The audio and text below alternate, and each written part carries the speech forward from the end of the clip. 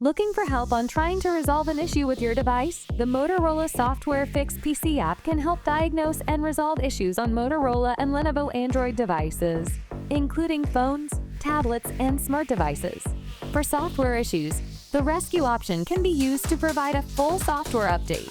For a device that can no longer power up, run sluggish, or is just not performing like it used to, this is a great way to fix a software-related issue at home and avoid a time-consuming repair.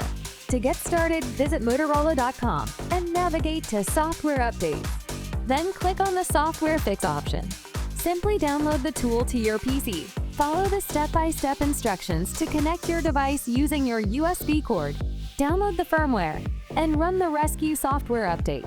This tool also allows you to safely back up your data before using rescue to perform the software refresh so that you can restore it again after. Even run hardware tests.